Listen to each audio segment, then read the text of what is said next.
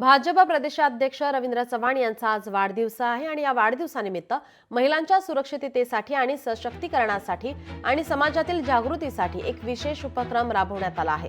The Bengal files या चित्रपटाचं खास महिलांसाठी मोफत चित्रीकरण आयोजित करण्यात आलंय।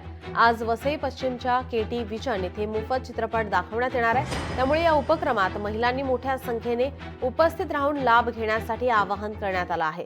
हा उपक्रम केवळ चित्रपट प्रदर्शन नसून समाजात सुरक्षितता आणि जागरूकतेचा संदेश देणारा एक प्रयत्न आहे। भारतीय जनता युवा मोर्चा महाराष्ट्राचे राज्य प्रदेश सचिव अशोक शेळके यांनी या विशेष उपक्रमाचे आयोजन केले आहे।